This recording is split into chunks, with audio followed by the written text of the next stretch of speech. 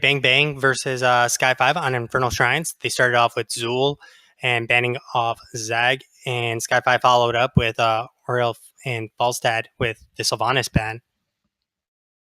Yeah, most definitely here. And so Zool makes sense as the first pick because we know that Zool has very excellent at wave clearing and clearing out those minions on Infernal Shrines. And Oriel, we've seen her being valued quite a bit there, but I am kind of surprised to see it picked that early in the draft.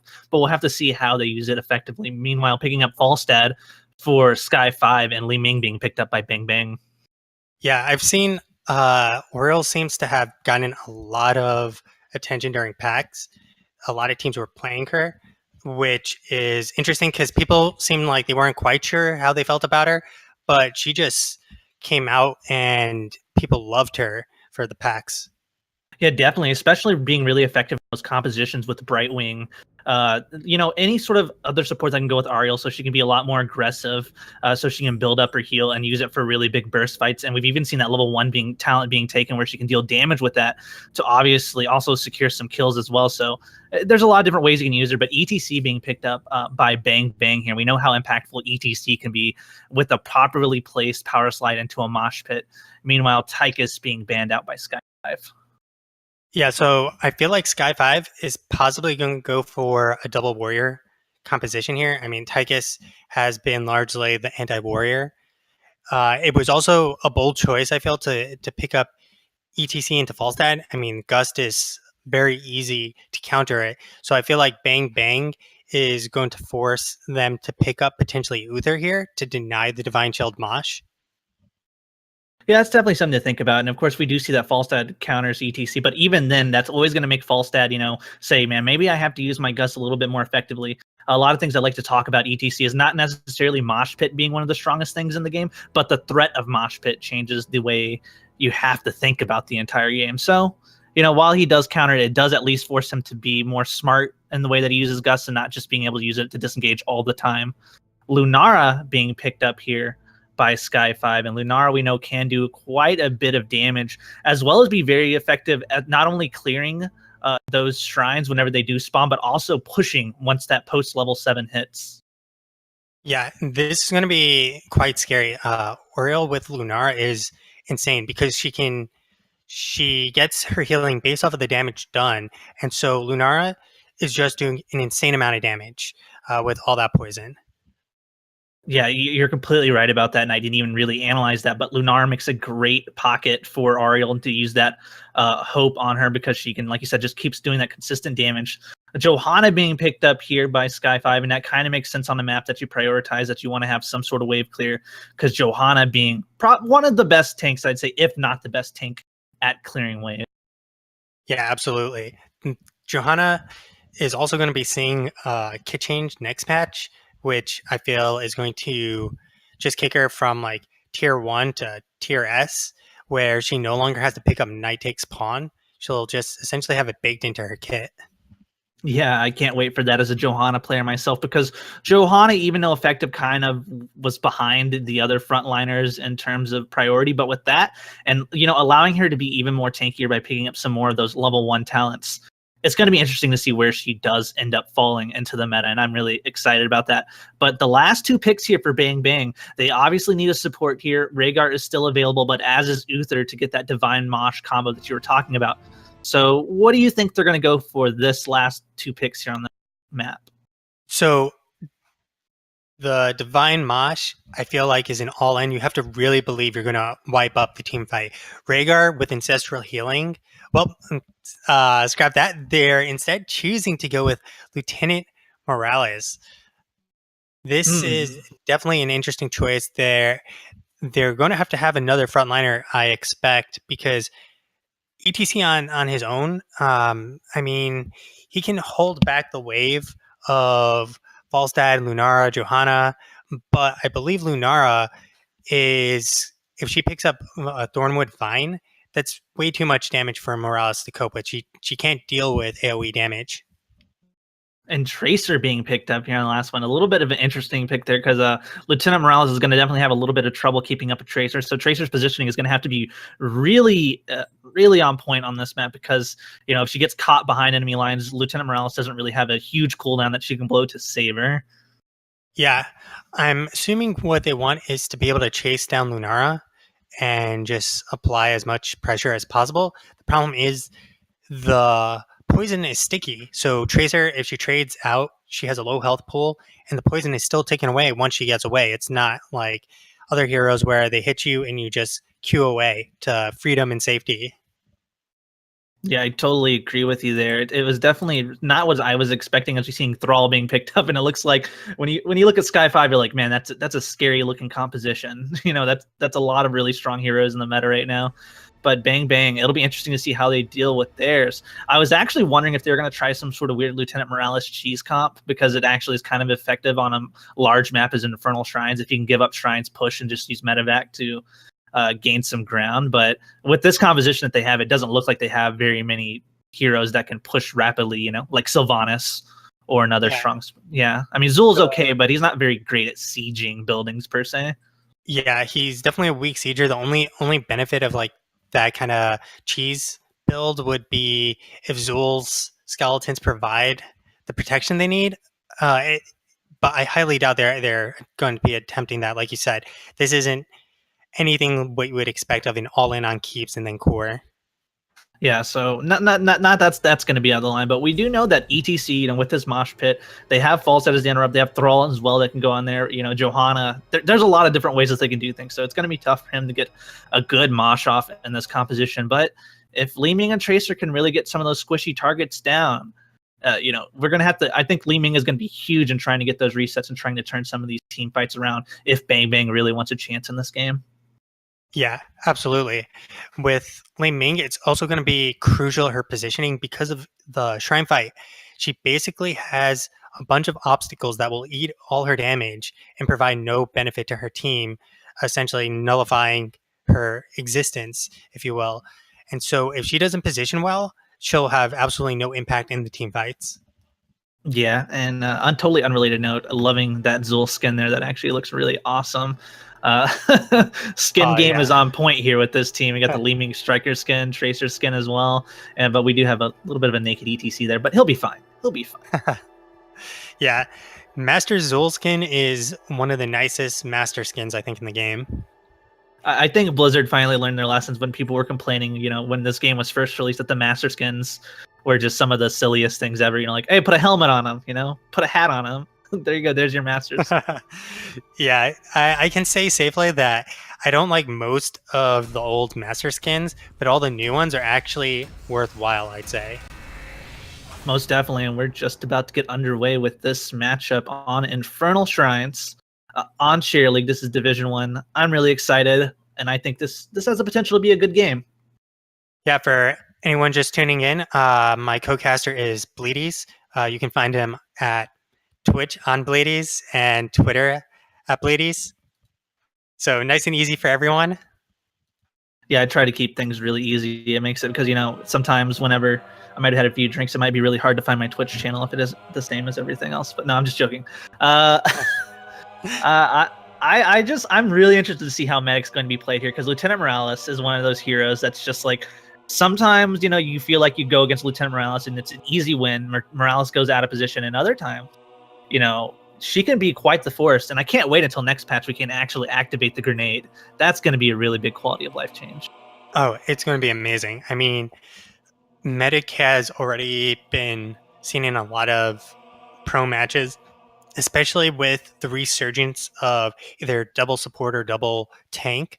It makes it even easier to play her, because if you have someone sitting on the front line and you have two of those people who are sitting in the front line that are beefy, they can't just run past and focus Morales. And if you have a second support, even if they focus you, you actually have a way to survive now. All right, then. So you want to start off on announcing some of these teams here? Yeah, sure. So on the left in the blue, we got Bang Bang. We have Legacy on Li Ming, Null on ETC, Nate Dogg on Medic, Hibro on Zul, and Set Stand by SMN on Tracer. All right, and for the red team here, we have Sumo playing Thrall, Apple Mike playing Lunara, Lyolena playing Ariel, Quinn Finnegan playing Falstad, and Warrior playing Johanna, and that is Team Sky5. So nothing really out of the ordinary here so far. Shade has been nerfed, but it's still seeing a lot of pickup by people instead of backlash, just because evasion just is so good, especially against a team like this with a Thrall. Yeah, I totally agree with you. Ariel did end up taking Swift Sweep here. It would have been interesting to see if she did take that damaging talent at level 1, but on being in a single healer comp, you're definitely going to want to be able to cast that as much as you can, because that's definitely a priority way that you can get some of that hope up so you can heal up your team. And both teams just kind of content right now just to poke at each other, not really committing seriously to any fights early game. Yeah, at this point in the game, both teams probably don't feel it's worthwhile to fight. Like they both feel they can't win the team fight, so there's no reason to fight for it right now. Yeah, we did see a little bit of action bottom there, the root going out on Sumo, but nothing big once again. You're going to definitely see this on teams that are too high, really high quality, high caliber. The ganks won't be coming too fast. We even see ETC in middle trying to do a gank, but a well-placed attainment strike, just says, get out of here, Cal. It is not your time right now. What Bang Bang's doing is really, really nice execution of the rotations. They're just saying, we don't care about really fighting. If we can get a pick, we'll get a pick. Otherwise, we're just going to out-clear you. We have Zul. Zul's going to apply way more pressure than you're going to apply in our lanes. And I think that's great analysis by you there, because like you said, a lot of times teams will sometimes focus when they have a lot of CC, they have ETC and Zul to just say, we have to go and force fights, we have to go get picks. But when you have Zul on your team, you can just keep clearing these lanes and forcing the other team to fall on the back foot. Meanwhile, the first shrine is spawning top right now. Yeah, that actually puts Bang Bang in a slightly awkward position, because they had to rotate down since they were essentially rotating opposite directions with Sky5. And so now they're coming the long way to get to the very top.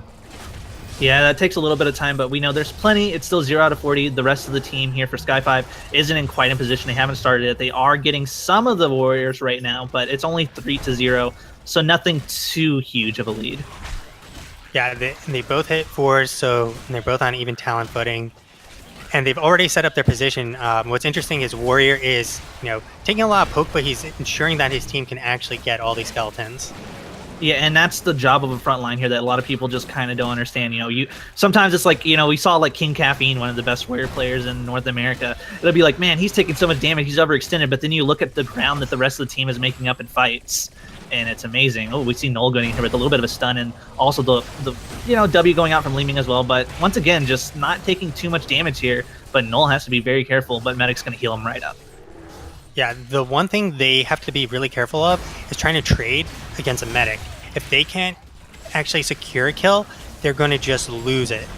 Ooh, nice attainment strike does go on Hebrew. He's taking a lot of damage here. Null trying to power slide expertly right there to actually keep them off of them, using his W to just try to kind of zone them out here. And it's 10-32 right now, so it's looking really strong here for Sky5. They look like they're going to be able to pick up this first Punisher of the game. Yeah, the zoning from Warrior allowed him to just really safely do it. As you pointed out, sure, he was taking all that damage, but the rest of his team was taking no damage, just doing the objective, giving them the opportunity to push for free.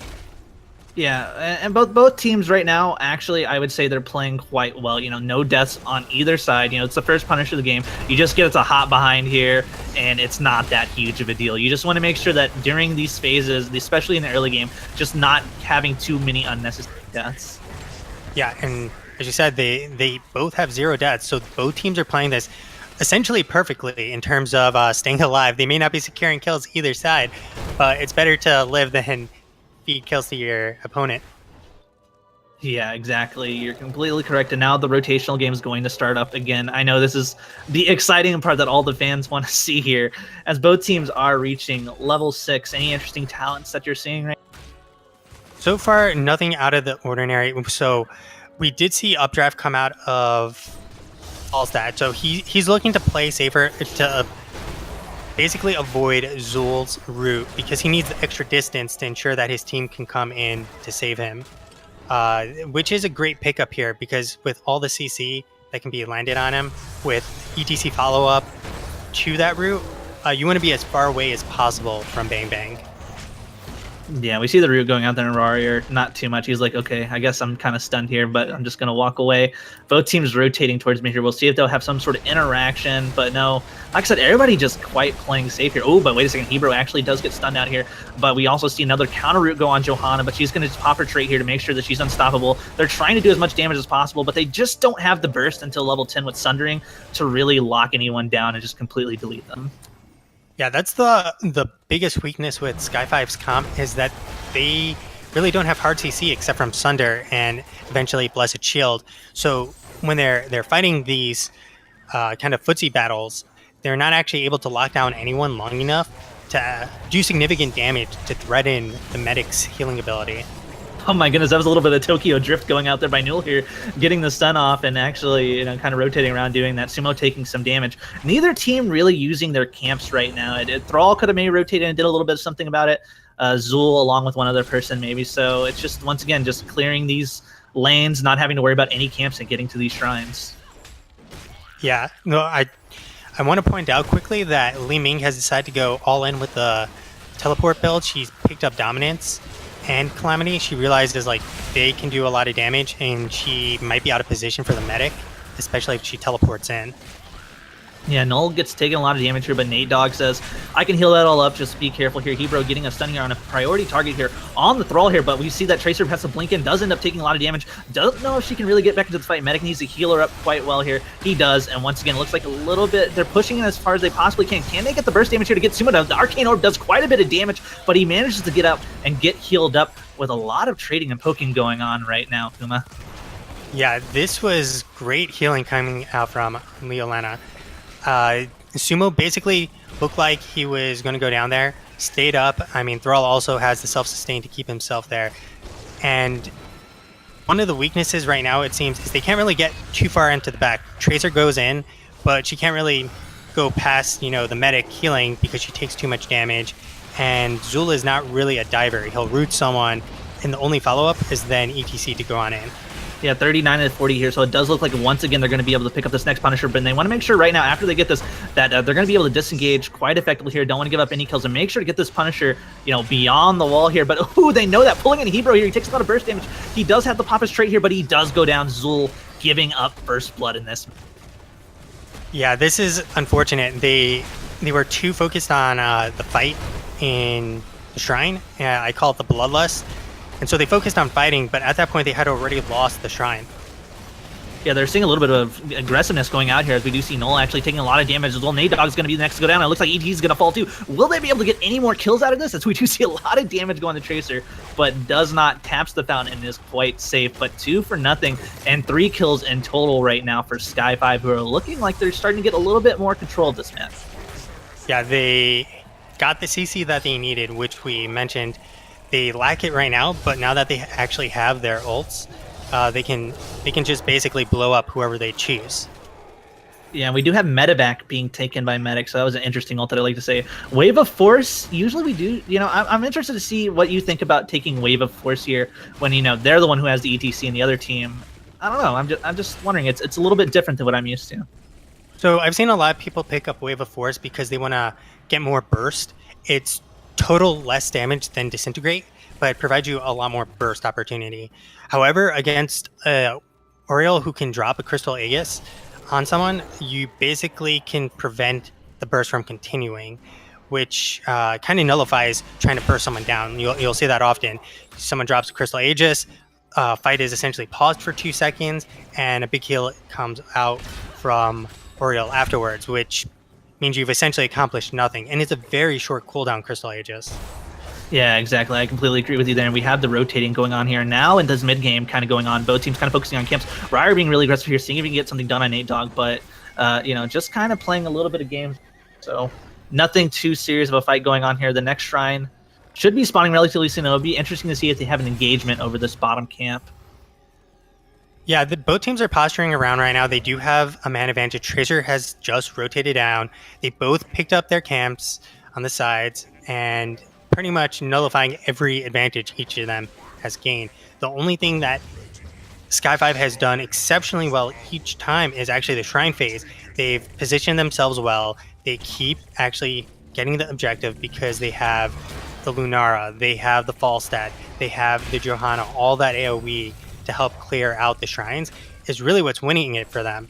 They get the Immortals and sorry, the Punishers, and basically the Punisher is giving them that extra edge and advantage. Yeah, both teams rotating clear, but I love the effort right here that Sky5 is doing to make sure that they can start clearing all of these camps really fast, saying, you know what, Falstad, you can just be down there. You can focus on that. We're going to try to get ahead, as they already have 14 out of 40, so it's already looking like they're falling behind here. They do have level 13 and level 12, so they even have the talent tier advantage. Yeah, so the one talent that's interesting that was picked up is Lunar. So Apple Mike has opted to go with Greater Spell Shield, just to play even safer, where Li Ming is not going to be a scary target. Yeah, and they need to make a play right here or right now, and if they don't, they just need to back off fully and just prepare to defend against Punisher, and that's exactly what I think they're going to do, because it's 30 out of 40, you're not going to do much out of it, so yeah, Null, you're going to need to get out of there before the Punisher just ends up jumping on you. He sees that, power slides away, and it's just going to be a pretty clean clear here. The benefit, or the only upside for Bang Bang right now is that they're still in the XP game. Yeah, that's true, but ETC ended up going down here. Nate Dogg actually taking a lot of damage as well. He's going to go down so far, 2-0. Can Li Ming escape here? We'll have to see. She's trying to go away, but the Q going out from Falstad is also going to take her out as well. So when I say it was a clean clear, maybe not so much the cleanest. Yeah, once they got those heroics, it's become a different game. With the help of the Punisher, with the alley-oop, they basically lock down someone, blow them up, and they say goodnight. Yeah, I mean, at this point in the game here, we see as the Punisher going really ham here, trying to take out Tracer. Probably maybe had a few bad Overwatch games maybe, but it's going to be really up to Null. Like, they're going to need to keep up an experience and try to stay on the same talent tier if they possibly can. And even if they can't, he's going to have to pull off a really good mosh pit. There's going to have to be a lot of Li Ming resets if they really want to turn this game around. Yeah, I don't think we've actually seen a mosh pit yet. They haven't had the opportunity to use it. Essentially, this is kind of the worst situation. You're not actually team fighting. You're getting someone picked off, which then results in someone else dying, and you never have a clean 5v5. Yeah, this is definitely a case of what I like to call, it's like a pace control, like they are controlling. Sky5 is saying, this is how we want to do this, and we're going to dictate the pace. And they're just saying, oh, well, we're just going to clear all these camps, we're going to do this. Sometimes, whenever you don't have the best comp, or you feel like, maybe something happened in draft that you didn't want to, you have to say, you know what, it doesn't make sense for us to rotate away from this camp and engage in a fight, but maybe we need to do something a little bit different to have that ETC initiate before the Punisher gets captured, and try to turn it around. Because right now, if they keep playing to the pace of Sky5, it's going to be a pretty quick loss. Yeah, absolutely. Right now, they're also down a talent. So what they need to do, which is going to be very hard due to the coordination of Sky5, is hope to get a pickoff before the Shrine phase. The problem seems to be is that it's essentially goes back and forth. No one really achieves any significant damage to kill someone, but the Punisher in each of these instances has provided the extra stun and extra damage needed for Sky5 to actually seal the deal and get themselves kills.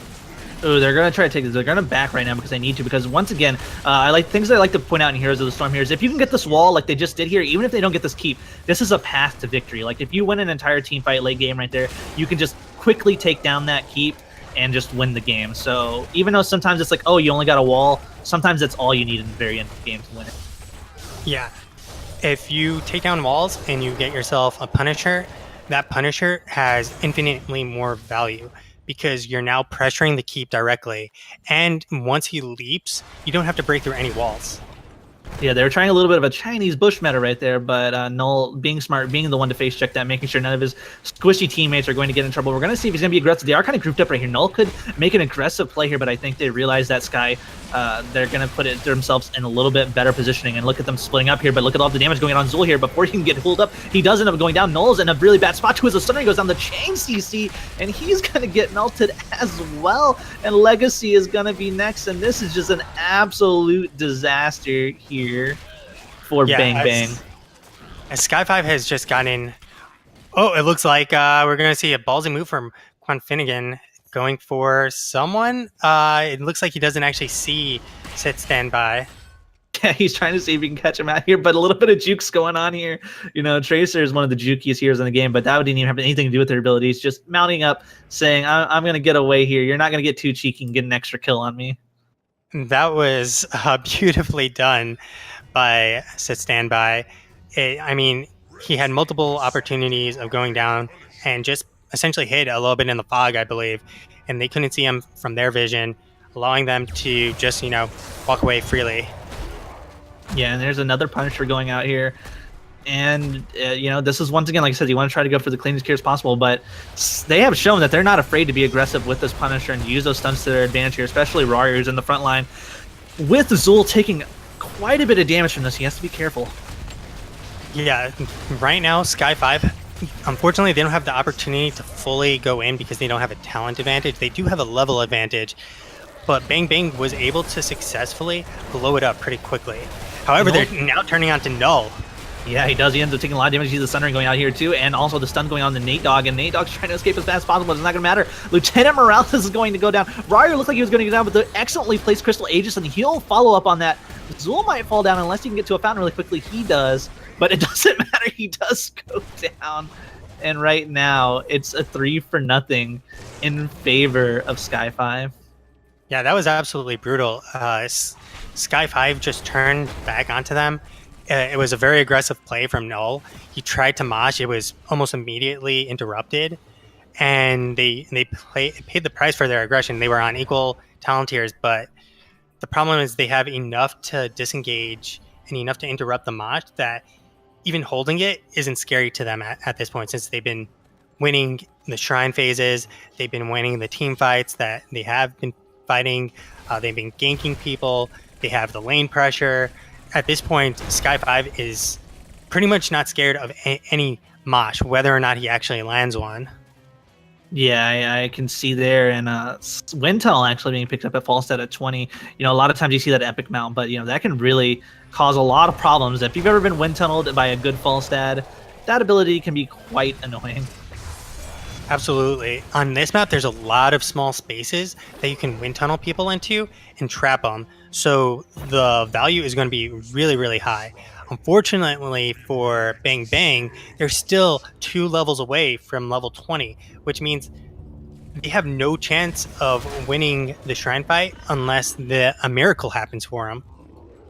Yeah, I completely agree with you, and the Miracle is definitely not getting caught out here. The Blessed Shield goes out, and it's really good gust coming out as well.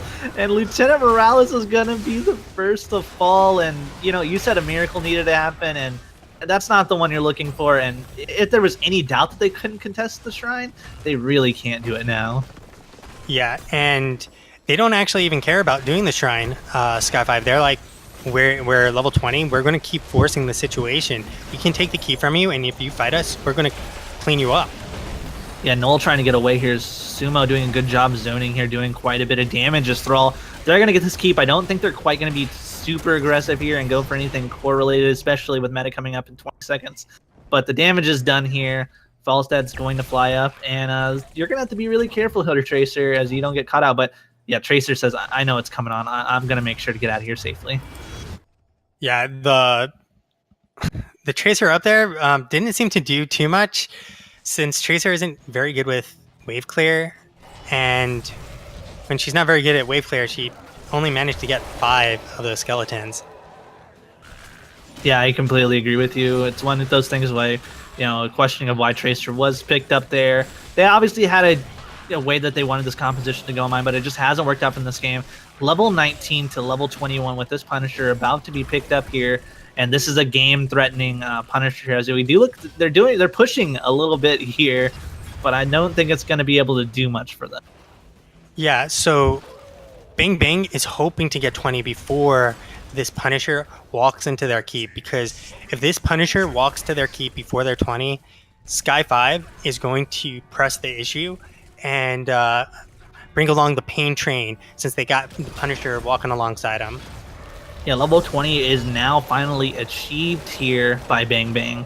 What they're going to be able to do to it is going to be interesting to see. We actually see Death Metal being picked up. I think that's the most effective one you want to do. You can be really aggressive on Null here on ETC, but that Punisher is going to really ruin any type of thing, because he can even stun you out of your mosh pit, and he can also do a ton of damage to the rest of your team. So until they can clear this Punisher, they're not going to be able to make too much of an aggressive play. And I gotta love this how they're playing it on the side of Sky5. They know that's going to happen, but look at the stuns going out here. We're seeing a lot of damage going on Null here. Before the heals can even go out, that's going to go the Sundering as well. The Death Mosh going up. It does manage to catch them in place here, so it saves some more of them. We're seeing a little bit of damage going on. Maybe they could try to turn this around, but it doesn't matter. Tracer is the one who's going to go down, and they just don't have the damage. They just don't have the CC to really get anyone down on the side of Sky5. Yeah, this has been essentially brutal for Bang Bang. It's 0 to 15 kills, and at this point, they're going to go for core. They have 2 down. They believe they can take this, and even if they lose someone, Warrior has indestructible. He has nothing to fear. He wants to eat that damage. Basically, come and kill me. I'm super low, and then the rest of his team is just going to keep smacking the core. Yeah, they are. We see the Gus coming out. That's going to seal the deal right there. The core is going to go down. It's at 16%. Yep, GG being called out here. Bang Bang going down here. Sky5, really impressive show. Yeah, Sky5 was super coordinated. Their draft was definitely on point, and they just played it absolutely perfectly. I mean, zero deaths tells the story. Yeah, I think that's about as good as you can say. 0 deaths there. Lunar doing that 43k hero damage, and you can look at that. I love that. The stat that I like to call it is effective damage. I wish there was a way you could actually measure it, but the best way to look at it in game is to say Liming 63k damage, Lunar 43k damage, but look at the kills. You know, that CC, the damage goes out on the right targets, and those targets go down. Yeah, and if you actually look through all the hero damage, it tells a story that there was not enough damage coming out for Bang Bang because they were often down in team fights after someone got picked off from the Punisher leaping on them, which means they really couldn't do too much. But ultimately, they were far, far away in terms of DPS. I mean, Li Ming put as much of that on her back as she could, but I mean, Zul, Tracer, ETC, Morales, Johanna alone out DPS Zul, out DPS Tracer. You can't win a game when Johanna is out DPSing your DPS. Yeah, I completely agree there. Just, I think that was one of those games where it's really been hard to analyze. You can't even say necessarily that, you know, Null and the rest of Bang Bang played badly. It was just sometimes in Heroes of the Storm, you know, if you get the draft that you're looking for and it's just an amazing draft, you can just kind of steamroll the game, assuming your mechanics are up to par. And that's exactly what happened with Sky5. They got their best comp that they wanted and they executed it flawlessly. Yeah, I totally agree with that. It's not that Bang Bang played poorly. They played to the best of their draft, and they seem like if they had a stronger draft, they would have done significantly better. Because that early game, I mean, they were toe to toe through most of it. Even the first Punisher, the second Punisher, it was only until level 10 was hit, and the game changed for them completely, where they lost a person here, a person there. And eventually, you know, you can't win 4v5 and you're going down in levels slowly but surely and you're losing structures. It doesn't matter how perfectly you play. If your opponent doesn't make a mistake for you to capitalize on, you will not come back. Yeah, I totally agree. MVP for me has to definitely go to Warrior. He really initiated those team sites. He's really in the beginning of the game, soaking up a ton of damage as we do see 71k damage taking, but also his blessed shields were on point. His condemns were really on point. Everything was solidly communicated, obviously through comms, him being the leader, and you could tell that in those team fights. Yeah, and the execution from Warrior to ensure that he was the one taking the damage and generally engaging those team fights for them basically meant that, well, the wrong person was getting focused, if you will. They're blowing cooldowns onto Johanna, who can run away from you because she has Unstoppable and has a significantly larger health pool, who had Laws of Hope to use to heal herself 20%. It's just a nightmare for them to deal with, especially when it seemed like Bang Bang was going for Zul roots. Tracer can continue chasing, go in, and just continue to harass, and hopefully like Li Ming finishes someone off. But then that never happened. Yep, so that's gonna be the game there. Really, congrats to Sky5, but Bang Bang, push over yourself. Perhaps if you gotten the better draft there, you might have been able to do a little bit better there. Yeah. Hopefully Bang Bang learns from this because they definitely seem to have a lot of promise. And I feel like they generally know what they need to do and how to play well. They just unfortunately had a draft that couldn't handle Sky5. Yep, I totally agree with you. So that's it for tonight, guys. I had Bleedies as the special guest caster doing the play-by-play, and I definitely appreciate it. You should all go and check out Bleedies' Twitch, Twitter, which is also just Bleedies. And just to make sure you all know, I will also post it in the chat so you can all make sure to go and give him a follow. Well, thank you. I appreciate that. And I appreciate everybody tuning in, and I appreciate the players playing. That's what Chair League's all about. But make sure you don't, give a fallout here to my buddy Akuma as well for doing it. A great job in hosting this and doing, all his Chair League work that he usually does. Yeah, thanks again, everyone, and have a good night. Good night.